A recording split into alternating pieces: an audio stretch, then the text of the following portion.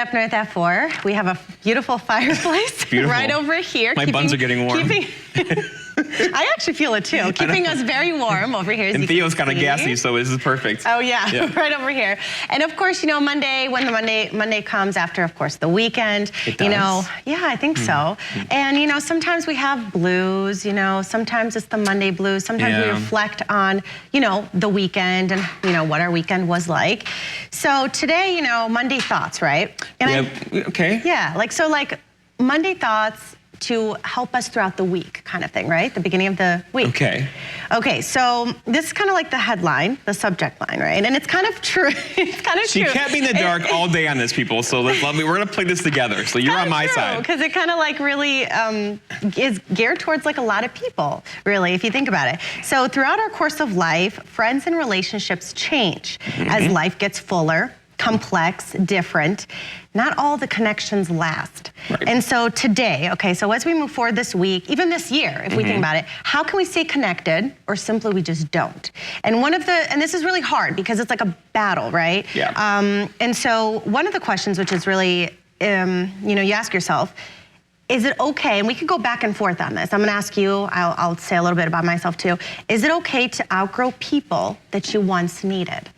Okay, so I feel like people change and people evolve.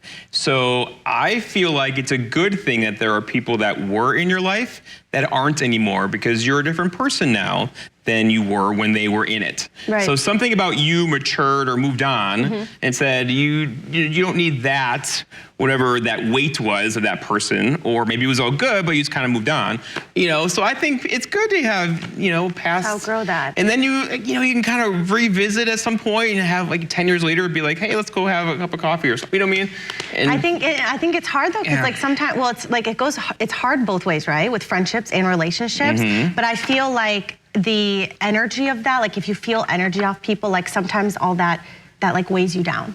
And so like if you're, depending if it's good or bad. If it's a good friendship, good relationship, of course the energy, the feelings will be great. They'll be happy and positive. But if it's something bad, then you'll outgrow all that because you don't want that to be a part of your life anymore. But you feel sad about letting it go. So do you feel sad about letting it go? Of your 10 exes, say you had 10 exes.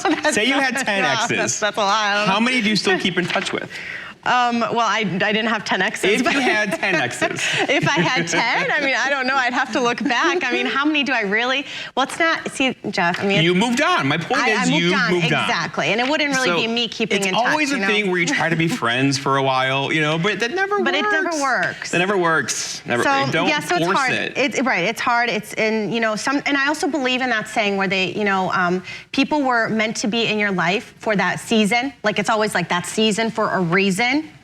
I've never heard of that. Really, like it's like if they're meant to stay with you for a while or be a part of your life forever, they will be. Right. But if they're not, you just kind of, it's almost like it disappears. Like those people in my life are not a lot of people, right? Because you keep it down to like a core group. Keep it to a slim. You really do, because otherwise it becomes too big to manage. And as you get older, you don't want that. We don't want either. That. Right. Okay, well we do have another, another really good question. Okay, so. Why, okay, this was a really good one, but it's a huge difference from when you're younger, right? As a kid, then you go through stages, teenage and young adult and so forth. Why do adult friendships take so much work? I think there has to be a different level of trust. You know, as kids, you're just around people so much that you naturally become friends with people.